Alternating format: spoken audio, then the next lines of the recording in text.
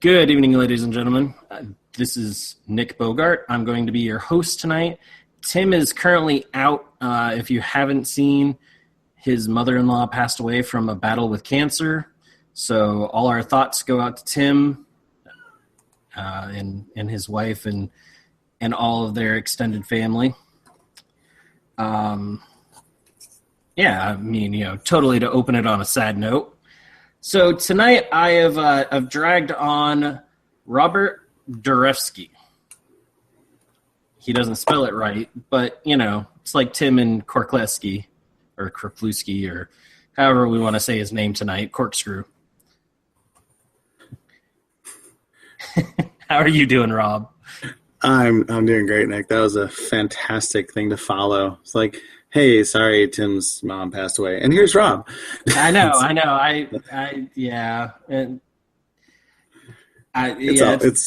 It's one of those. It's kind of one of those rough things. I don't know. Yeah, and it is a horrible thing, and our hearts go out to him, obviously. Thanks for not calling my last name Bobevsky or anything horribly inaccurate.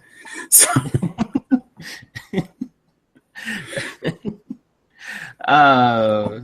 There's been a couple times where I've gone to introduce someone, and as I go to, I'm like, how the hell do they pronounce their last name? Shit. I'm already recording. Yeah. And I feel really bad when I say somebody's last name wrong. I'm like, I should know better. I've lived with it my whole life. I should try harder. That's right. Just well, that's the funny thing. My last name's Bogart. If people don't know, Humphrey Bogart, they know don't Bogart that joint. Yeah, that's how you should lead. Like, Bogart, like, don't Bogart that joint. So the funny part is I walked in, it was like day 2 or 3 of basic training, and it was like I just finally got my BDUs, and they had sewn my name tape on it. And all of a sudden, they're yelling at me, trying to, break face. I guess it was probably a week and a half in. And all of a sudden they're like, oh, don't Bogart that joint. And they, started having a field day. I actually had not heard that term up to that point, though. Oh, wow. Yeah, I was like, huh? What? It's a sheltered life, man. It's all right. Unfortunately, I was next in line at basic to a guy named Butkiss. Oh God! So yeah, that was always a fun little segment when they walked by us. Yes. Oh man, so cool. So we're doing a podcast.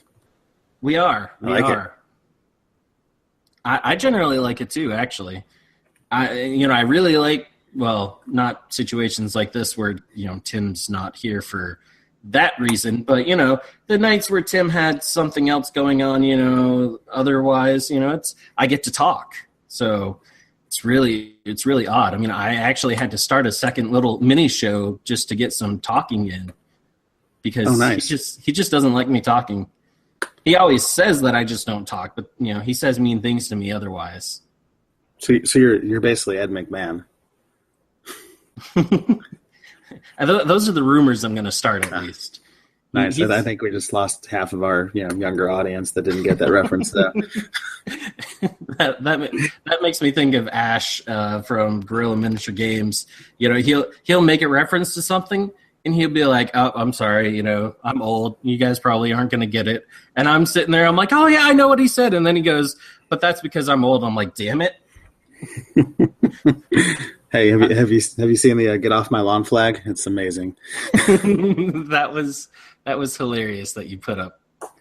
Yeah, for those of you out there, Google it. It's the "Don't Tread on Me" flag, but with "Get Off My Lawn." It's amazing. Yes. All right, so Rob, you do among other things, you do commission painting. I do. I run Flight Medic Painting.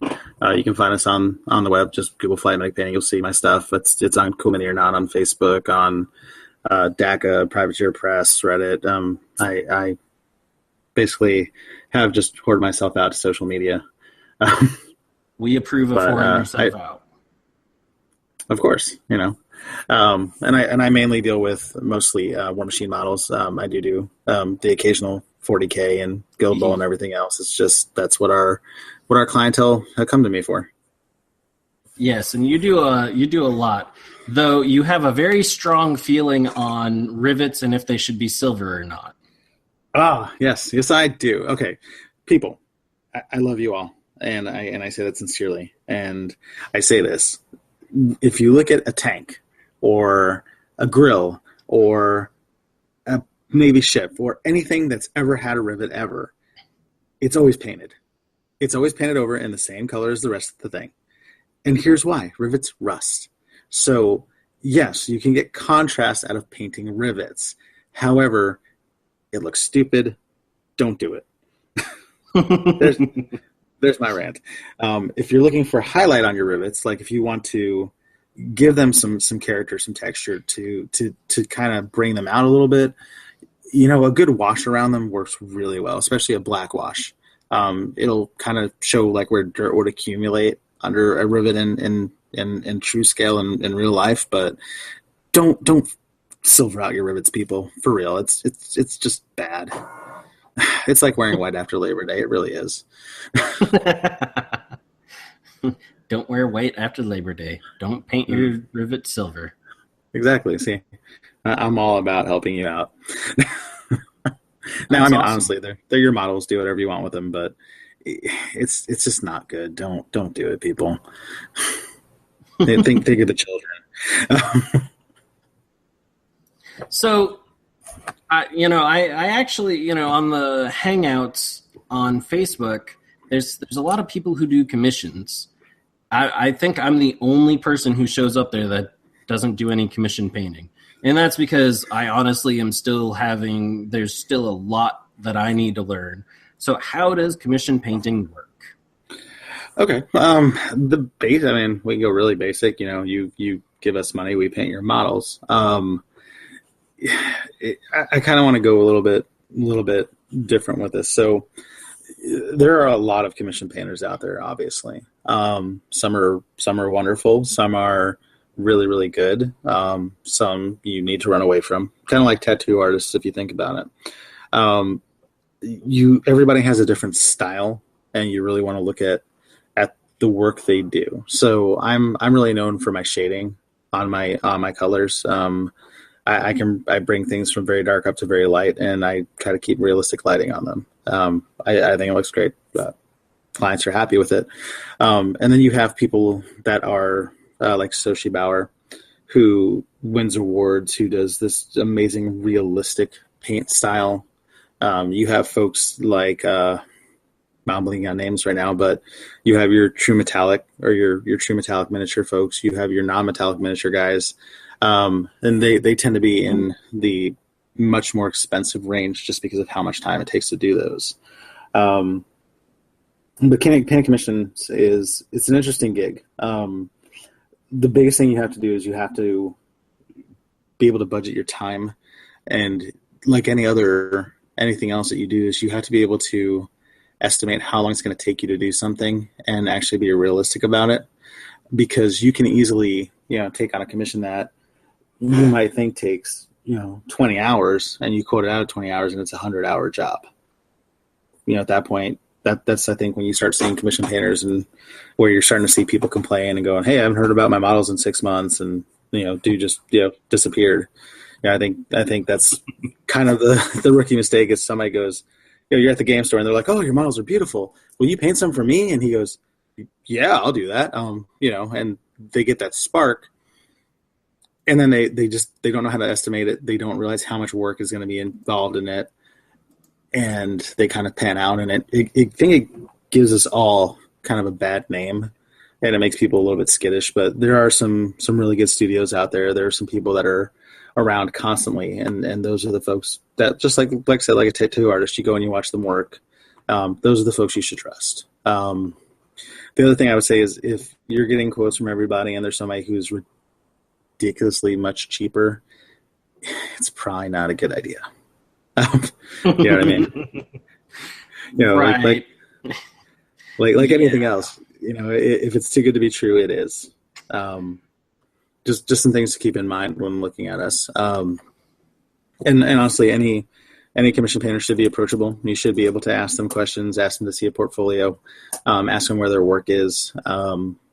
These are all things that should have no problems.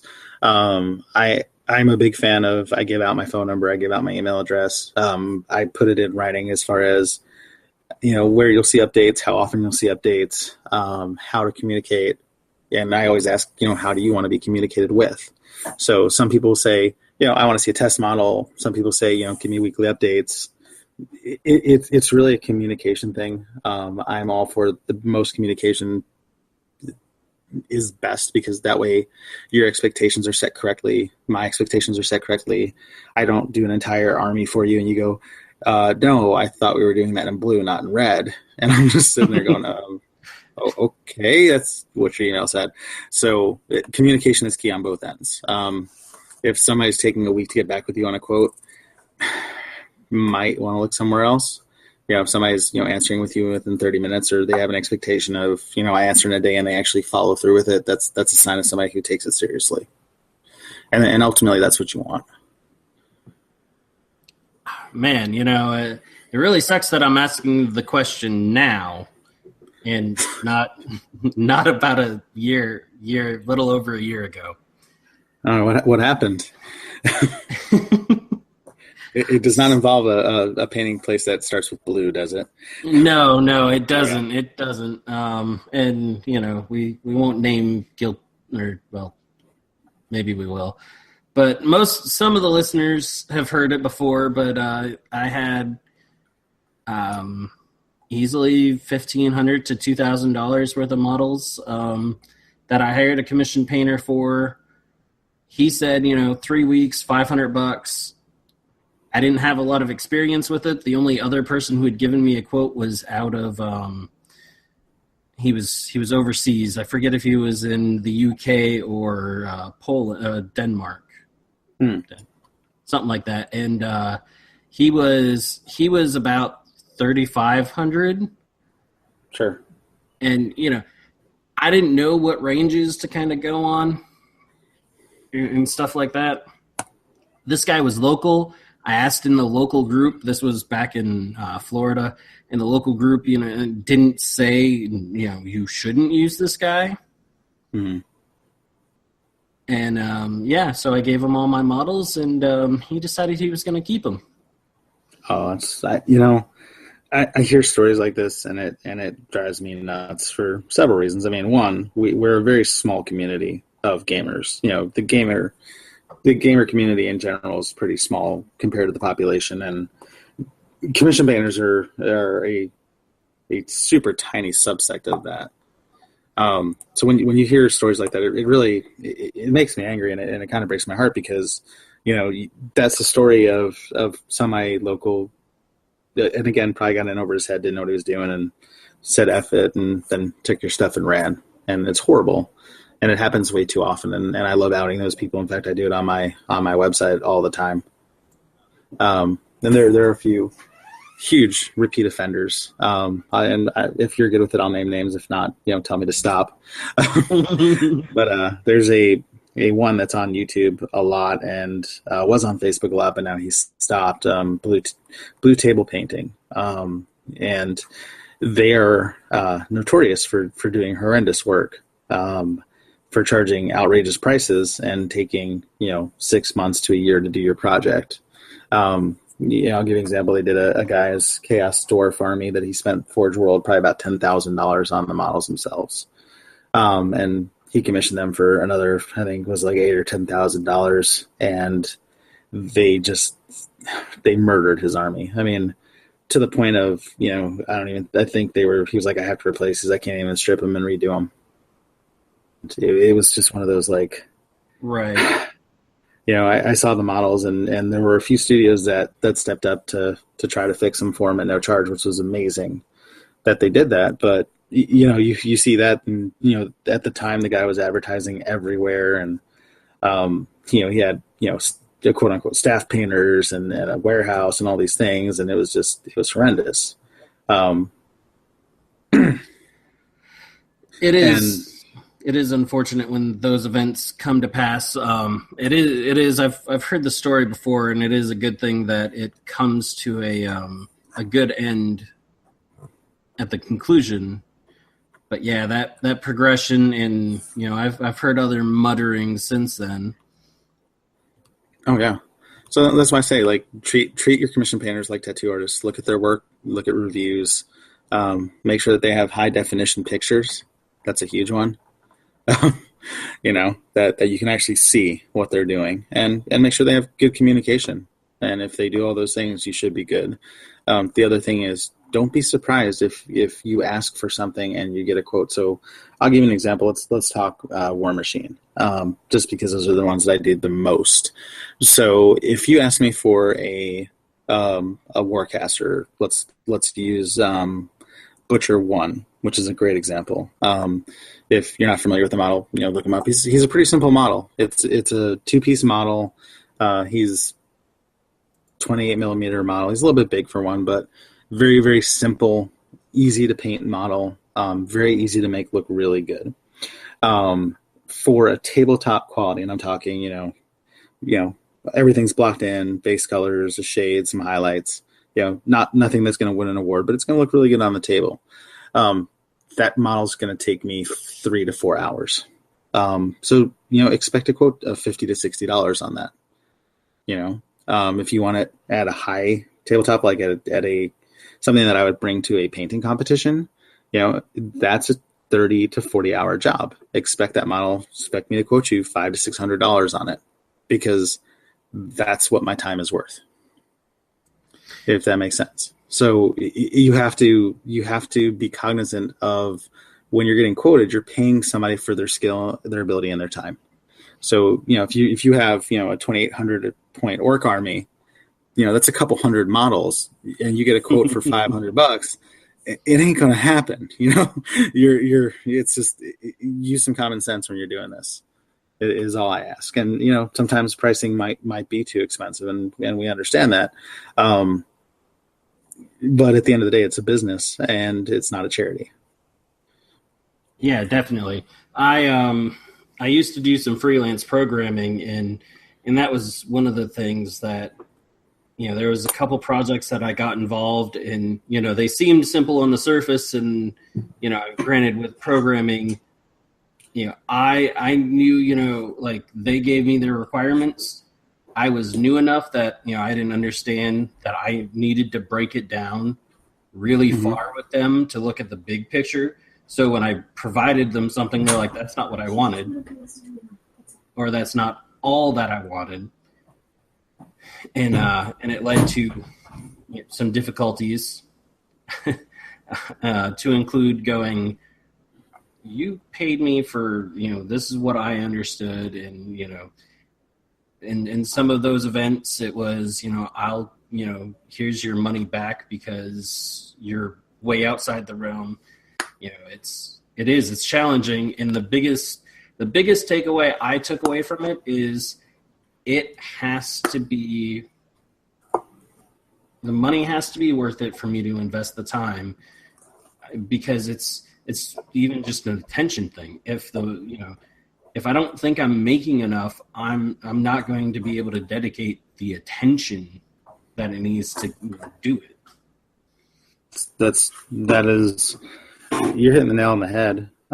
A lot of burn out of painting for money because of that. They think, hey, I love to paint and I want to paint this for this guy and he's my friend, and it's a $50 unit, so I'm just going to charge them $50, and they don't realize how much time and attention. And when you're doing it for somebody else, you're always going to try to do it better than you do it for yourself, because they're putting their trust and their money in your pocket, so you always want to do better for them.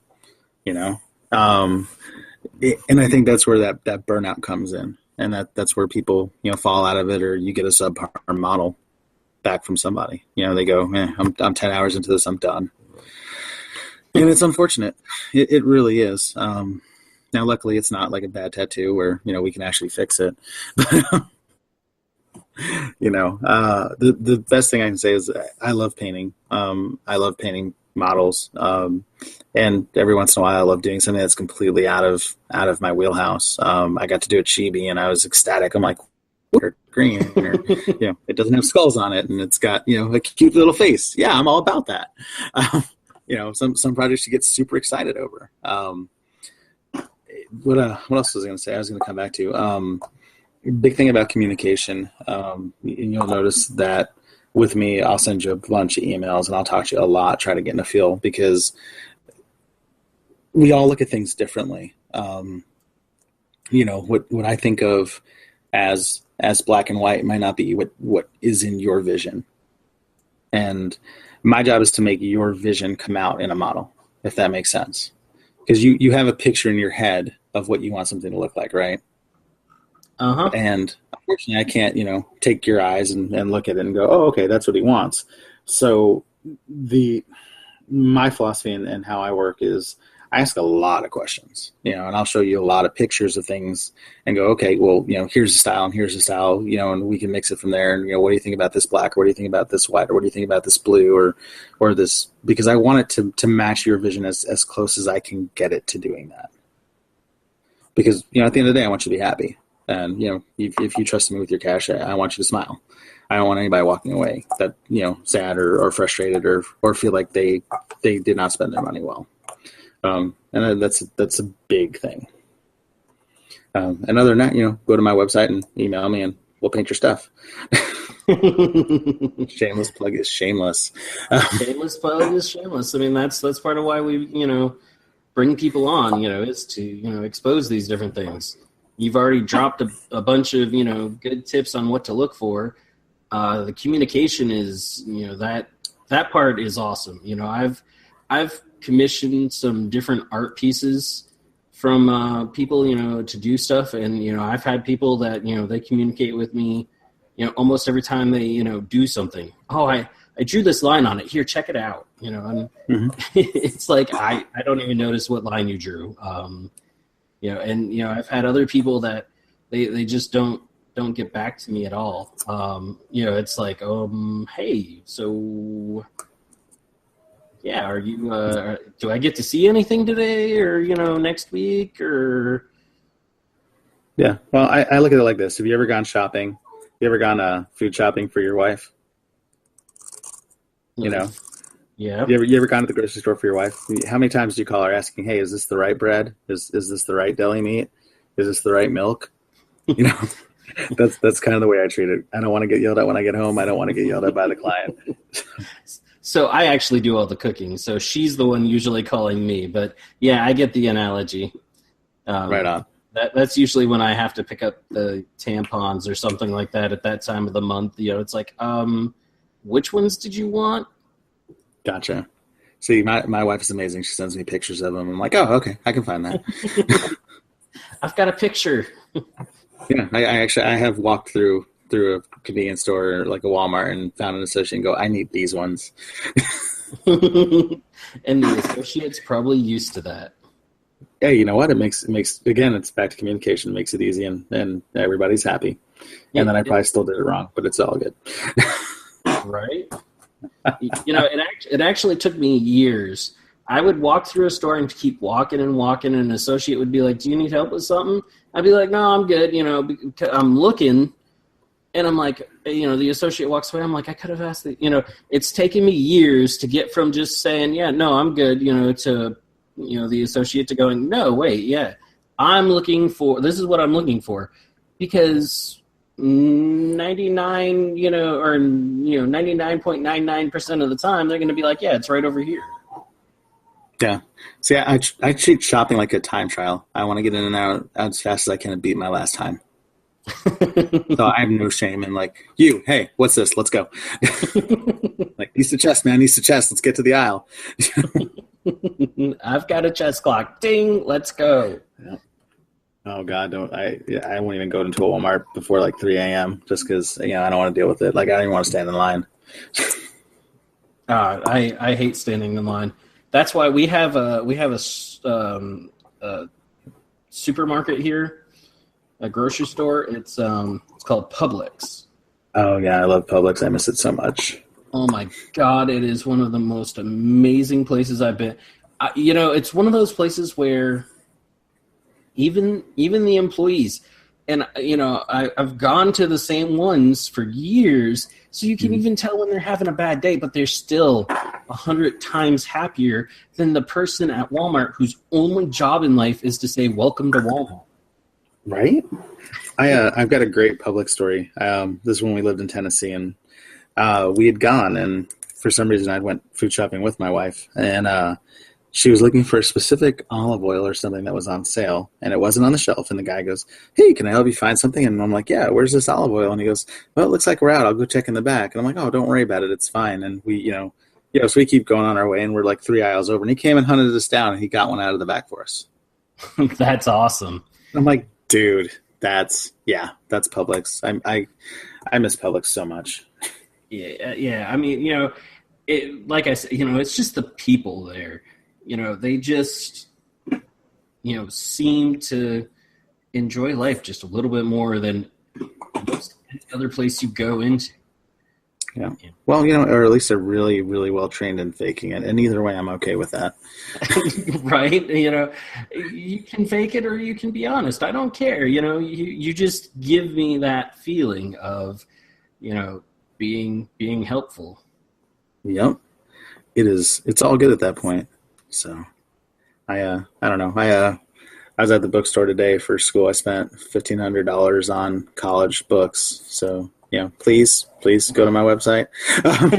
And, she was extremely helpful, which was really nice. Like, hey, I need these books. And, the girl was like jumping all over everything to find it. And I was like, yeah, that's awesome. You're a college kid and you're doing this. You're going to go far.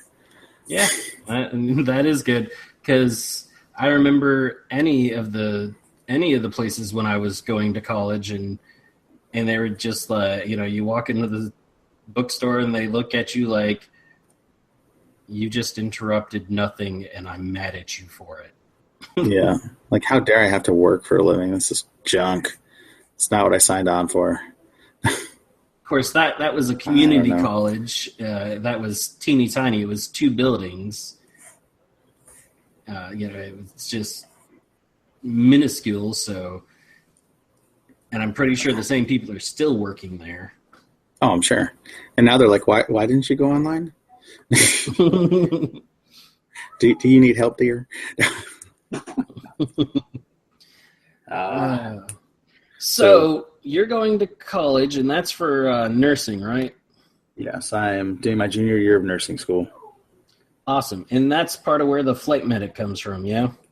It is. I was a flight medic in the Army for 6 years and a paramedic in the real world for 4. And as much as I love it, I would like to pay bills. So I can understand that one. Because as much fun as my job is and as much as I enjoy it, I should get paid a lot more. So I'm going to go do that. But right. Yeah, that's where flight medic comes from. It's an homage, and it's kind of one of those life-defining things. So I figured, why not? And that lets me put cool pictures up on the blog. Yeah, I mean, it's definitely a unique name out there, and that's one of the things that helps try to distinguish people, because even though things like commission painters or even podcasts or just about anything that's out there, you need something that helps you stand out just a little bit more, makes you a little bit different from the rest of the crowd. Oh, absolutely. And I think, a name helps. I think having your own style definitely helps. And obviously the quality of your work is the big thing. And if you have all 3 of those, you're going to do wonderful things.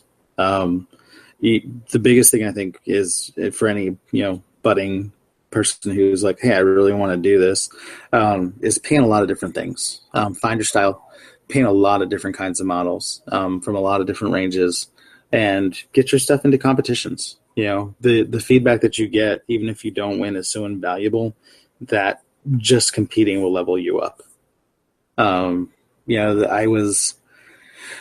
did a competition a while back, and I thought that my highlighting and shading was fantastic. And then I had the the judges who were all, Golden Demon winners and Crystal Brush winners coming up to me and they're saying, hey, this looks great, except for let's turn it upside down. I'm like, nobody ever looks at that part of the model, And they're like, if you use a darker, if you didn't even have to do anything, just use a darker shade of the metallic on this bottom, and it would have naturally brought these highlights way higher. Little things like that, or where they say, take a light source, shoot it on the model, mark those spots. Now exactly on every piece of that model where that light is hitting. Now you can do your shading like that. So, and that's for anybody, honestly, who wants to level up their painting is. Even if you think it's not great, even if you think it's mediocre or medium, or you think you're wonderful, go and compete, and get just even for the feedback. And if you happen to win a prize, hey, that's amazing. You'll still get feedback on how to do it better. I know of a friend of both of ours who is an amazing painter. She's just absolutely wonderful. Just won a gold medal and got invaluable feedback for her too. So we're always learning, and that's one of the best ways that you can. Was that Shoshi? Yes. Okay. Yeah. So it's sorry. Go ahead. I was just gonna say, she was. So I've seen her getting ready for a couple competitions and showing us some of her stuff, and she just shows different things, and she's like, I don't think it's gonna be very good, and she starts going into it, and I'm like, you've got one of the best web cameras I've ever seen that's like perfectly sitting there for your model. And as you turn it about, I'm seeing nothing wrong with it. But then she sits there, of course, it's your own work. You definitely are going to notice things wrong with it more than other people.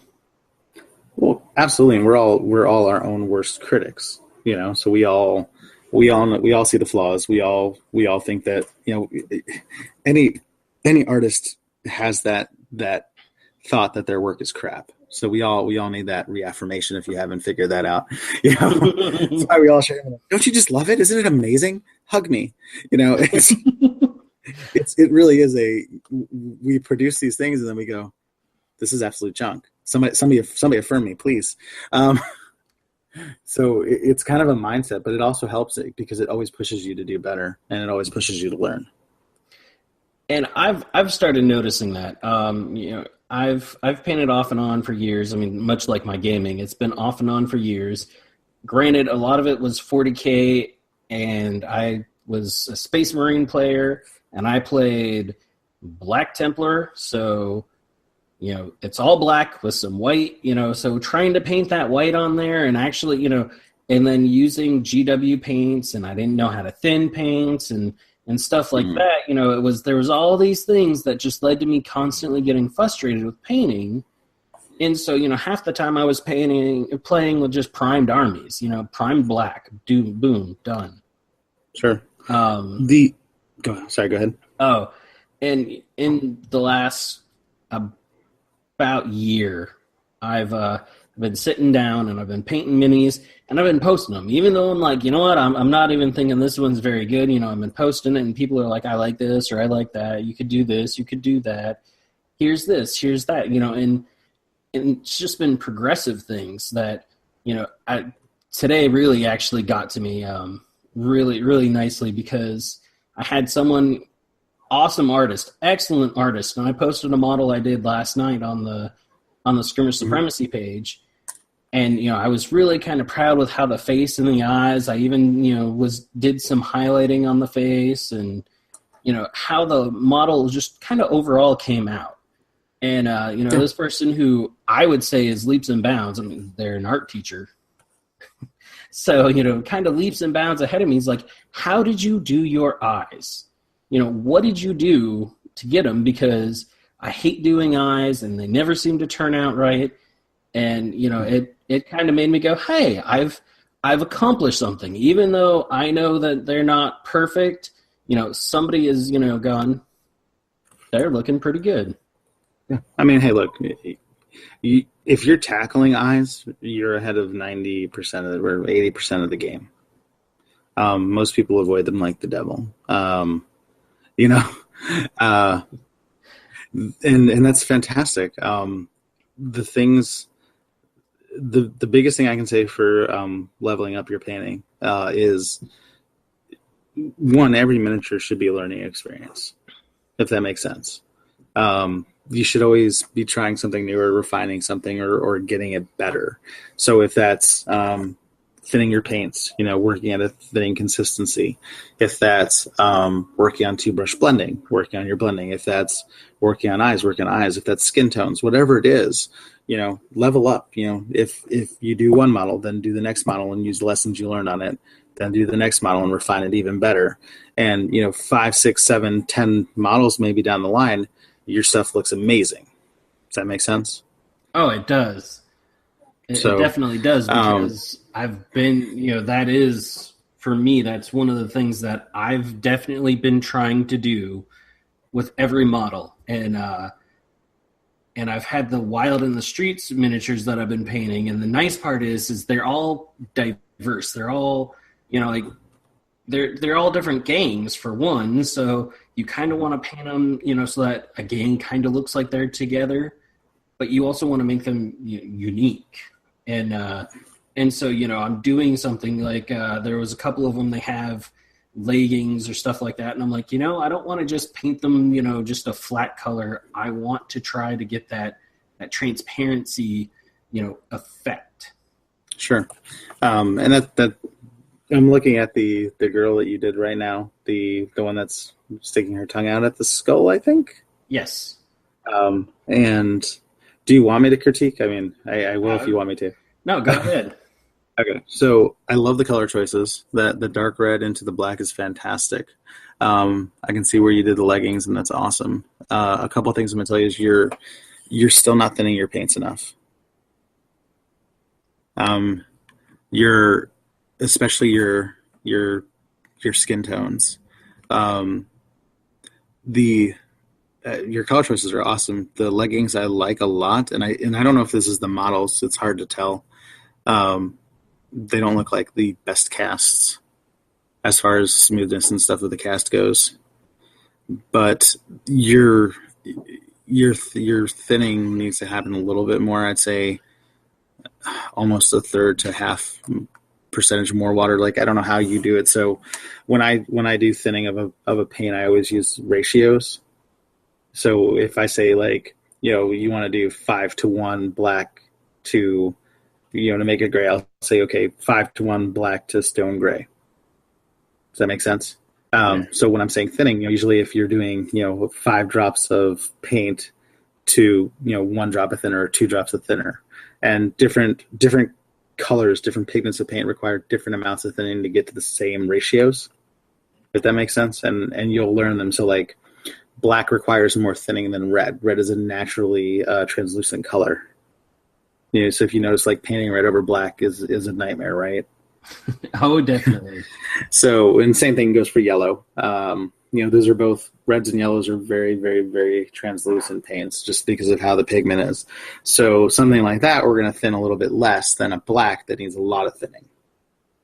And then, so I can see where, you're wanting to get coverage on it, and so you're not thinning enough. I would thin your paints probably on the magnitude of twice as thin as you're painting them right now.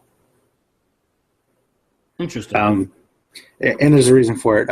But that also goes with knowing some of the tricks. So your skin tone is good. Skin is translucent, though. Like, if you look at your skin, you'll notice that it's not just that pale color. There's some purples, there's some greens in there as well. If you actually take a look at your hand. In fact, everybody at home, stop and look at your hand. You'll notice the veins are green, and you'll notice there's some purple and some browns and other colors in there. It's not just that cream Caucasian color, or if you're African American, you'll notice that your skin has variations in tone. And so you want to bring that out. So when you're doing my recipe for Caucasian skin is, I will start with a light green is my base color, believe it or not. And then from there, I'll do a glaze of a mid flesh tone, so a little bit darker than normal. Use it on over about 3 or 4 coats. In fact, the first time you put it on, it looks very, very translucent. You can still see a lot of the green. And I'll bring it up so hint of green in it. and it gives it more reality to it. And then what I'll do, believe it or not, is I'll go back and I'll wash it with some purple, like a very, very light purple. Interesting. Wait for that to dry, and I'll come back, and then I'll do my highlights with a little bit brighter or something. So like on where you're naturally going to have your highlights, so like your cheekbones, the top of your nose, your forehead, your chin, and ears, things that will naturally stick out, and that'll give your skin tone depth. Does that make sense? Yeah. And so if you do that, you'll get this much, much more realistic skin tone, but it'll also blend so well to the other colors because especially like on this model, it's almost half of the model. And so just that will bring out your other colors as well. It won't overpower them. Right. So there you go. Trade secret, how to do skin tones. I love the mascara on her eyes. That's awesome. Thank you. The white and the black is always, I call it dangerous, but it's not. It's gutsy because you can't make a mistake. You know what I mean? It's like right. You can't correct that white once it's gone. So I think that looks great. Some people will take a pencil, like a really thin lead pencil, and draw out their lines because that lead will disappear under the paint. Yeah. And that way you can paint by numbers. And then the same thing is, go ahead.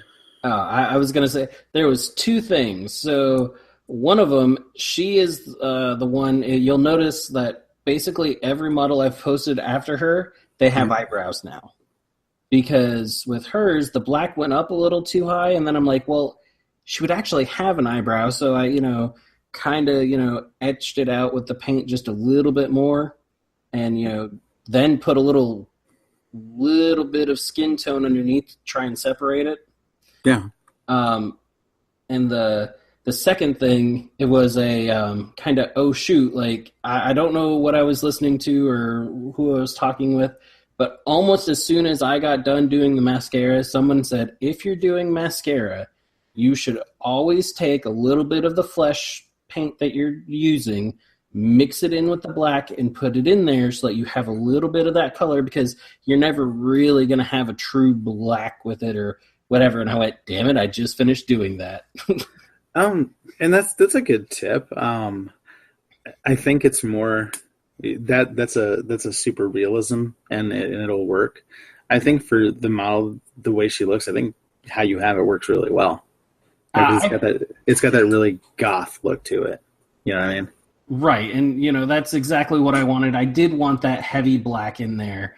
Yeah. Actually getting that white in there for the eye, and when I was taking the pictures, I kept trying to make sure I turned the model just enough where you could see it, because you turn it certain ways and you don't see it at all. And I'm like, no, I want people to see that it's actually mascara, and I didn't just try to cheat and just paint her whole eye black. There is some color in there.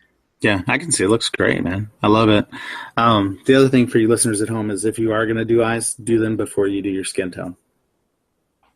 Paint the eyes first. And here's why. It lets you go a little bit bigger. It takes a lot of the trepidation out of doing eyes because you're not messing up your skin tone. And if you happen to go a little bit big, you paint over it with the skin tone. Yeah. So it'll makes life a lot easier. Do the eyes first. That's definitely an excellent suggestion. It's a suggestion that I always remember as I'm painting the eye. After I've put the skin tone down, I put the base down, and then I'm painting the eye, and I'm like, damn it, I should have done the eyes before this. So, if you do forget it, you don't have to worry still if you go too big when you're doing it, as long, because you can edge back in there. You just have to take your time and go slow with it. Whereas if you do it before, you do the eyes before and then you paint it, it doesn't take nearly as much time. Yeah.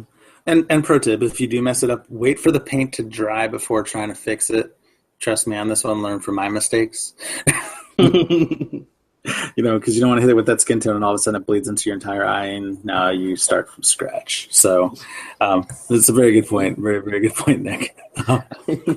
I have, there's been more than once where I've been trying to do the eyes because actually starting just a couple months ago, I wasn't doing eyes. I kept trying and just saying, I can't do it. I can't do it. And people are like, this is what you do. I'm like, I'm trying. I just can't do it. And then I finally, I just kept trying, and I finally started catching on. I started going, hey, it's starting to work. So, the other tip for anyone when you decide to do eyes, because it does seem daunting, but go ahead and just try it. And then keep trying it. And it doesn't matter because you can just paint back over it. It's actually kind of amazing. Black is like one of the biggest pain in the asses to paint, but for some reason when you do eyes, you can paint over that black in seconds. It just disappears. It does. And I think the reason is because you're using a bigger concentration of white to get your dot. And it works. Two things I want to say about eyes. First and foremost, if you don't know who Arcane Paintworks is, it's Meg Maples, who was a staff painter for Privateer Press for forever. She now lives in Australia. She's an amazing painter. Absolutely just blow your mind. She has her website, which is Arcane Paintworks, and she has an eye tutorial on there, like broken down, Barney style. It is a phenomenal resource. I would recommend, if you're trying to learn eyes, to go to the website, to print out the tutorial and do it on paper a couple of times. Like literally take your brush and practice it on paper a few times. Do it big and work your way to smaller, and then try it on a model. And it is one of the best. It's one of the best step-by-step instructions on how to do eyes I've ever seen. That and practice. You can get practice models at, go buy Army Men at Dollar Tree for $1, and you get, 20 of the dudes? Yeah. They prime up just fine. Guess what? Practice eyes on them. Oh, I messed one up. Throw it in the trash. Get the next one. I guarantee if you go through the entire box, you'll have eyes down. That's actually not a bad suggestion. I was thinking Reaper Bones. I mean, you can get a bunch. You spend $10. You walk out with like 5-10 guys. Well, probably around 5, and you can if any game you play, they almost can always fit in. So you just paint them up as generic. Play Frostgrave. Here you go. Here's some guys for your warband, anyways. Yeah, I love that idea too. The only reason I say go with the Army Men is because they are a little bit bigger of a scale, and it's easier to figure out the technique on something a little bit bigger and then bring it down smaller. Oh, so, yeah. No, either way works. I totally agree. I do like the Army Men idea. Yeah, I practice stuff on Army Men all the time, believe it or not. How this blend works. Grab an Army Man, So, and I just like, I'll throw them in the trash and I'll be like, yo, get your Medal of Honor, Joe. And, no big deal. Like my 10-year-old and 7-year-old are finally at the age where they want to learn how to paint. So I give them Army Men and I'm like, show me what you got. Paint them whatever colors you want. Yeah, my 10-year-old last year when I was getting back into 40K and trying to do a lot of painting, he wanted to paint with me. So I went out and I was like, I don't want him to paint my stuff. Mm-hmm. And I kind of always wanted to start a guard army. I guess here's a box of Guardmen. Here you go. Can't mess it up. Paint it green, boy. He painted it. We primed him black. He painted like the chests a bright gaudy red, and he did a little bit something else on it. And he's like, I'm done. I'm like, no, you gotta do like some highlighting or something else. Put some skin tone on their faces. He's like, I don't know any of what you said. I'm gonna go play. Yeah. And that's fine. I mean, let the kids do what they're comfortable with. Keep it fun for them. Dallas had given me a great suggestion as far as kids going. They can dry brush like there's no tomorrow. Prime it up in the primary color for them and let them dry brush the heck out of that model till it looks good. And they can finish a model in 30 minutes, and that's about their attention span on a model, and it looks like something decent.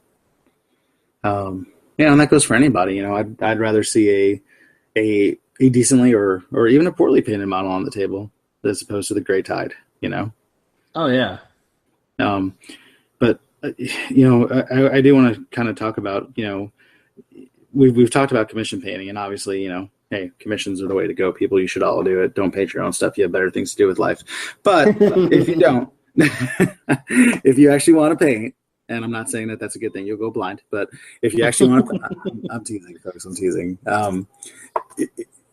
if you want to paint, wow, I totally lost my train of thought. Where was I going with this? Wow. Okay, never mind. I think the summation was you shouldn't want to paint. You should just send it to me. No, I actually love watching people paint. If I get their business, that's wonderful. But I like watching people paint and get better. If there's the biggest thing I tell people is just paint and have fun and always learn something and always try a new technique. Here's where I was going with this. Just like when you're trying to get better at playing, you always want to play people that are better than you, right? You know, somebody who can show you, what you're missing and what you're not seeing. It's the same thing with painting. Find people that are better than you and paint with them. You're going to learn things. You're going to pick things up. They're going to be able to steer you in the right direction. If that's at your local store, if it's on a hobby hangout, which, by the way, hobby hangouts are phenomenal. Always come paint. There's always somebody who's amazing in a painting there. And we all come from time to time and go, I don't know what color to use on this, or what do you think about this, or how should I achieve this? Somebody's always going to help you. Find people that are better than you and paint with them. It is a fun social thing. It'll make you paint faster. It'll get you better. And it motivates you. That definitely is true, because I have found that I've gotten faster at painting. I've gotten better at painting. I've gotten a lot, everything with painting by sitting in the hobby hangouts, because pretty much everyone that shows up in there or that posts photos in there or anything is better than I am. Or, they do something better than I do if they are on par with me. But, most people have been doing this for a decently steady, longer amount of time than I have. Sure. And so there's things I pick up almost every time I sit in there. Yeah. And the nice thing is, just about any of us will show you. I'm having trouble with this. How do I do it? I will go grab a model and I'll show you how to do it. Or, you know what I mean? Yes, I actually do. So one night I was sitting in there, and it was late. It was like 2 or 3 a.m. I had been up late the night before and gotten up early that day, and I was just sitting there. I was exhausted. I was telling people good night, and Michelle came on. And Michelle does commission painting, and she does some excellent work. I'm not sure what awards she's walked away from, but I know she has a few that are just amazing. Some of the pieces that she's painted up and gone to, I ain't even going to submit these because I don't, they're not good. I'm like, that is something I want to put on my shelf because it's just awesome. So anyway, she won a crystal brush. She won a crystal brush with that orc at Adepticon. Oh yeah, she was working on that orc. I forget what where the orc is from, but yeah, I don't know. But the rust work she did was just insane, and the tattoo work she did on that model, holy cow! It was. Darn, I'm gonna have to drop it in the show notes because it was It's beautiful. It's a beautiful. And I know that she did some customization with it. She did a little bit of, adding to it to, make it what she saw in her head for the model overall. But we were talking about eyes. She popped in, and, I'm getting ready to go to bed, and we started, there was something got mentioned about eyes, and she's like, well, hey, guys, I only have a few minutes. I was coming on to say hi, but watch this. And so she moves her camera, and she sets it up, and she starts doing eyes. And this was before I started doing eyes, or, I kept trying and kept getting frustrated with it. So, I'm like, all right, I'm going to watch her do these eyes. So I'm sitting there and I'm watching, and I've been sitting in my chair a while. So I leaned back to stretch, passed out. I mean, I remember leaning back, and then I woke up like an hour later to everyone laughing. I remember that night. That was glorious. It was hilarious. And Yes. And then, of course, they had screenshotted me, and they doodled, and those images are still alive somewhere. Actually, I know I have a copy of it because I was laughing my ass off. Oh yeah, it's hysterical stuff. Oh but yeah, definitely. definitely. Get into hobby hangouts. Get into if you don't want to do that, folks, get out to your local shops. Most shops have a painting night if they don't organize one. And paint with people. It's rewarding. It's fun. It's motivating. Everybody wants to show off their work. Everybody, should be cheering each other on. It's phenomenal stuff. Usually, I've been very blessed. Secret Weapon Miniatures sent me some of his painting sticks where I can actually teach like literally 8 different techniques on them. And so I go around to a lot of the local stores and organize painting hangouts for these guys, and I'll go over the different basics and try to set up a night for them and let them all paint with each other. It's a fun thing to do, and it'll keep you on task. It'll keep you motivated because you want to go to the hobby night and show off that new piece you did. And then hobby hangouts are wonderful because if you angle your camera right, you don't even have to wear pants. So it's one of those things. If you want to paint and you love to paint and you want to get better, or even if you want to like painting, paint with people. Don't sit in the basement or at your desk and be alone and you're painting and you're getting frustrated and you're like, screw this, I'm out. Be with other people. It helps a lot. It does. It leaps and bounds. I think if people do take something away from this, there's been a lot of great tips, to include, you really don't want to paint it, send it to Rob. If there's any other tips, is if you're sitting down and you're putting yourself through the pain and misery, quotes around that, of painting, go ahead, join, if you just search the Hobby Hangout on Facebook, you'll find the group. There's always people around, or almost always. It's been summertime and con season, so it's been a little bit dead lately. But, generally, if you advertise, hey, I'm going to throw up a hangout, a little while before you do, people will join. They have some regularly scheduled ones.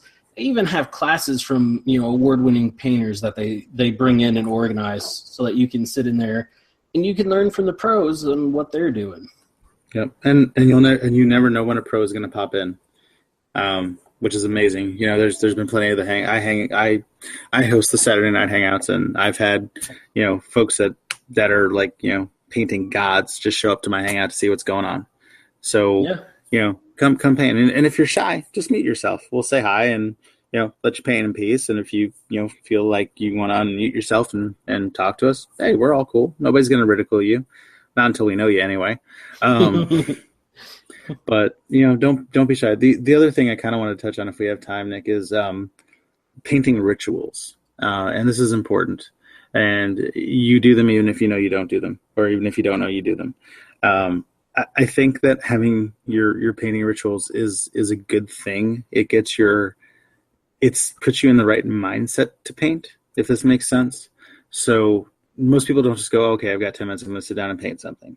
Most people mentally prepare themselves to doing it. And so that might include a couple things. So that might be, finding your favorite podcast, like, Skirmish, Supremacy, or finding a good movie to watch, or music, or a hangout, time and enough light, and in a comfortable chair, and having your water ready, and having your paintbrushes out, and knowing which paints you're going to use, and sitting down, taking a minute. And if you create this kind of ritual of preparing yourself to paint, it's going to be a lot more fulfilling, and you're going to get a lot more work done, and you're going to enjoy it a lot more. All excellent words of advice. And like I said, if you find yourself going, nah, I don't want to do that, send me your models. I'll paint them up for you. They'll be pretty. But in all honesty, I want to see everybody painting and having a blast. It's better for the hobby, especially when that new guy walks into the hobby store and he sees these 2 beautifully painted armies, or even just 2 fully painted armies on the table. It gets people excited. And at the end of the day, we need new people in our hobbies if we want to keep our hobbies. So not only are you doing a good thing for yourself, but you're keeping the games you love going by doing it. Definitely, it definitely is. I've come to find that more and more there's some games I like painting the minis. I don't necessarily like the game. Yeah, absolutely. I don't think I'll ever play Super Dungeon Explorer, but I love painting chibis. Like I get excited when I get a chibi. I'm like, woohoo! It's like I am not a huge fan of painting 40K, but I think I've just painted enough hundreds of models of them where I'm like, more skulls.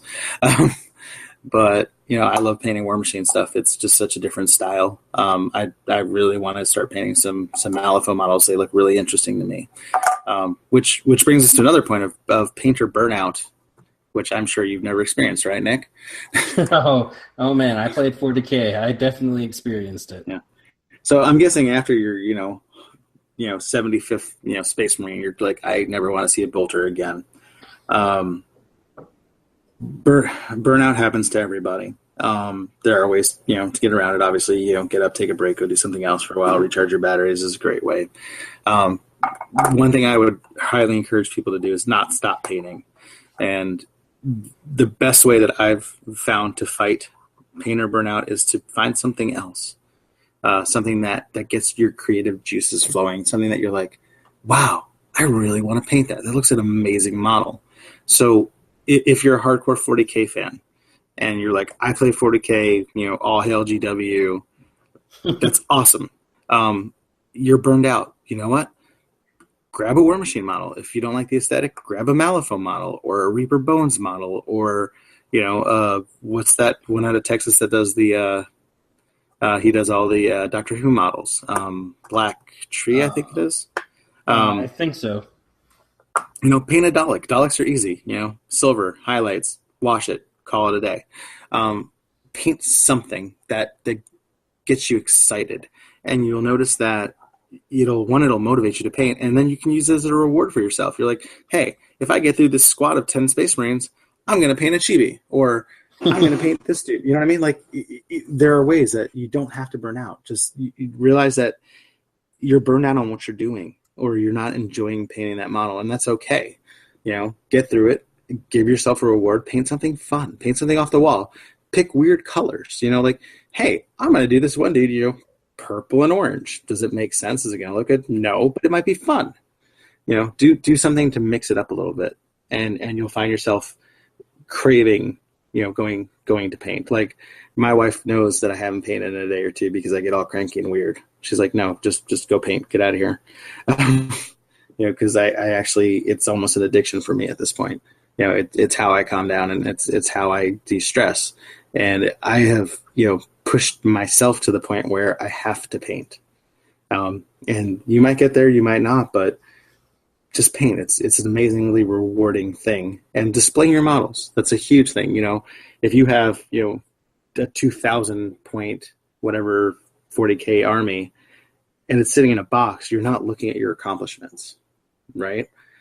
Have your models on display. I have a display case in my living room, and it's next to the TV, which my wife absolutely hates, but whatever. But you know what? I walk by that thing 5 or 6 times a day, and I stop and I stare at it and I smile, because not only is it pretty, but it's a tangible result of my labor. And if you have that, it makes you happy, and it makes you see, one, how far you've come, and it makes you want to do more. So have your finished models out where you can see them, where you can enjoy them, where you can look at them and smile, and it'll motivate you even more to get more stuff done. Totally true, and it's something that I've been eyeing more and more lately. As I'm getting more and more happy with everything that I've painted, I'm putting them on shelves in my hobby room, and I'm like, but some of these I want to put in, go and get one of those IKEA cases and put them in it. That's exactly what I have. Yep, I've got the $80 IKEA case, and I spent, I think, $20 or $30 on the LED lighting for it, and it's wonderful. And I'm almost ready for a second one. Right, actually, I've got, so in my basement, I've got it's a full basement, and it's got a living room area in it. And the funniest thing about it is it's got pot lights that go all the way around, but there's one that has its own independent switch. Just one. It just kind of random in one of the corners, has its own. And every time I look at it, I'm like, you know what? That's where my case needs to go. Yeah. And you should do it, and believe it or not, you'll find yourself staring at it multiple times a day. and it'll make you want to go down and do more. I just have to make sure I get a lock for it because my 4-year-old likes to play with my models, and if I'm putting them in the case, I don't want him playing with them. That's fair. Well, those cases have a heavy magnet, and it's at the top, so True. he can't open it, which is really, really nice. Now, I do find lots and lots and lots of tiny little handprints all over my case from time to time. But that's understandable. They can't get into it, so there's really no lock needed because it has the magnet all the way at the top, which is at like 6 foot level. So yeah, definitely paint all your models. They're wonderful. They want to be painted. They're sad and lonely. Don't make them sad and lonely. And painted models play better. You'll notice. Do competitions. Get seriously. If you're, even if you think you're middling okay, submit it to a competition just for the feedback. And what else was I going to talk about? We could talk about basing, all those different things, but at the end of the day, just paint, man. It doesn't matter if it's gray. It doesn't matter if it's junk. It doesn't matter if it's middling good. If it's painted, it's wonderful. Yeah, and as long as you're always trying to improve, you'll improve.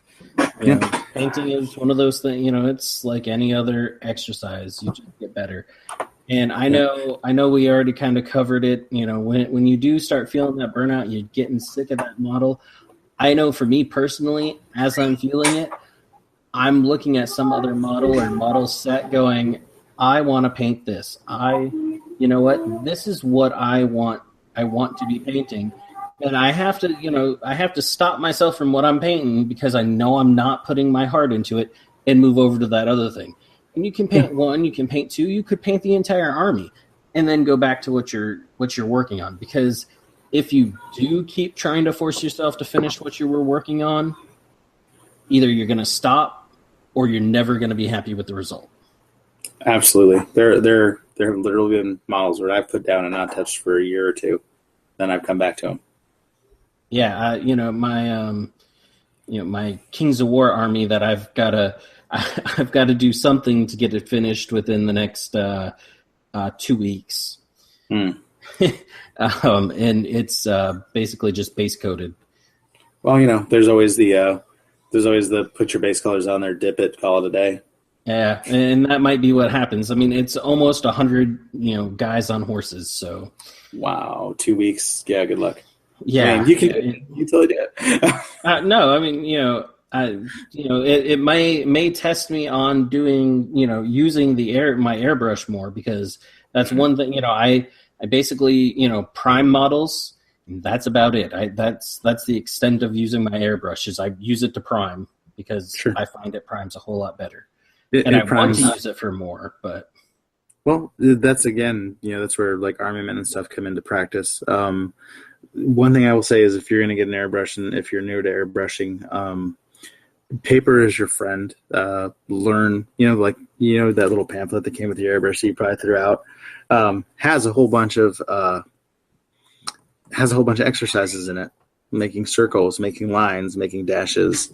Believe it or not, those help tremendously because if you can get the control of your airbrush, like if you know how hard you need to press down and how far back you need to pull to get certain different spray patterns, you'll be able to do fine detail with it. You'll be able to do your highlights and your shading with it, and it will speed up things tremendously. And transitions with an airbrush are unmatchable without hours of painting.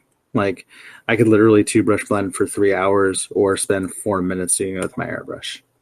Same result. Yeah. Well, all right. We are coming to a close. Actually, we're over time, and Tim's going to yell at me if we keep rambling on. He's not going to let me host anymore. I will get. Well, I don't think we went that far astray. So no, we're just a few minutes. I don't know exactly. We're less than 10, so we're doing good. But no, it's been great having you on. I know we were, kind of talked about, commission painting, a lot of great info if anyone is looking for commission painting. And then we deep dived into just painting, and I loved it. I was going to talk about War Machine because I know you like playing War Machine. You keep bugging me to go to War Machine weekend. And I've now twice bought a starter box, and that's about it for War Machine. I bought a first edition, and now I've bought the new Trollkin box. Or actually, it was last edition, but it's got the same stuff in it. Right. Well, different Warcaster, but yeah. Get out there and play, man. Go join a Journeyman League. They're fun. It's a great game. It's an amazing time. It's one of the better balanced games in the market. The nice thing is the new edition just released, so nobody's good yet. Everybody's starting from an equal playing field. It's not cheaper. Well, it's cheaper per army than Warhammer, but not cheaper per model. It's a fun game. And as far as War Machine Weekend goes, people, if you've never been to a con, it is amazing. Yes, it is all about War Machine, and there's some Guild Ball there too for all you folks. But under $400 will get you the entire weekend, including your hotel, and you'll never meet a friendlier set of war gamers. I mean, everybody's there, and they're all awesome. So, yeah, come to War Machine Weekend. It's amazing. It'll be a blast. I will be in the hobby room painting, doing photography classes, and entering the competitions. Also, one thing I did want to say, if I have time, Nick, if you are ever at a con and you see somebody who's one of your favorite painters, if it's Angel or Michelle or Lynn Stahl or Shoshi Bauer or Dallas Kemp or anybody, even me, we all love talking about painting. Unless we're in the middle of a conversation or eating food, approach people and talk to them. Come up and introduce yourself and be like, "Hey, I'm Nick," or "I'm Rob," or "I'm," enter your name here, and say, "Can I talk to you for a little bit about painting?" Or "Would you look at my model and give you feedback?" Everybody I've ever met has loved doing that. They love sharing this knowledge with you. They love helping folks out. They love it. Now, obviously, somebody might be in a bad mood, but you can see that coming from across the room. So don't be afraid to approach people. Everybody wants to help. Everybody wants you to get better. Everybody wants to celebrate your successes with you that are at those high levels. They're not these people that are on pedestals. They're real people. They're awesome folk. Get to know them. Ask them questions. They want to help you out. Awesome. All right. So if somebody does want to commission you for painting, where can they find you? Where are the 2 or 3 easiest places to get you? Okay, so the first place is my website, which is flightmedicpaints.blogspot.com. You can just Google Flight Medic Painting. The other way is to email me, and it's flightmedicpaints@gmail.com. Or they can hit me up on Facebook. It's also Flight Medic Painting. I'm always in the hobby hangouts every Saturday night, and I post most work in the War Machine and Hordes painting group, WCC. I'm in most of the painting groups. So you can get me on my blog. You can get me through email. You can get me through Facebook, Reddit, Instagram. Everything is under Flight Medic Painting. Awesome. And we'll drop at least some of those links, most likely a lot of the social media links in his website in the show notes. So, if you just go there and look, you can click on them. Anything else you want to say before we sign off for the evening? No, I've had a blast. I will tell you that August is booking up really quick. And then I am going to be between school and commissions that are already done. I am not going to have a lot of room. I'm booked through December right now. So if you want something done, get it to me quickly so we can get it painted for you. I will have a block of time opening from December to January that I can work on bigger army stuff, but if you need something painted, contact me quickly so we can get you in the schedule, because between September and December, I'm pretty much booked. Awesome. So, folks, this was Rob. Thank you for coming on. It's been awesome talking with you about painting. You're definitely passionate about it. You definitely inspired me to be passionate about it. And, thank you. Fantastic. Thanks for having me on, man. All right. And all you folks, you have a great day. Hope you play lots of games and roll lots of 6s, or whatever is the good number for your game. Have a good one, folks. Thanks for listening to another episode of Skirmish Supremacy.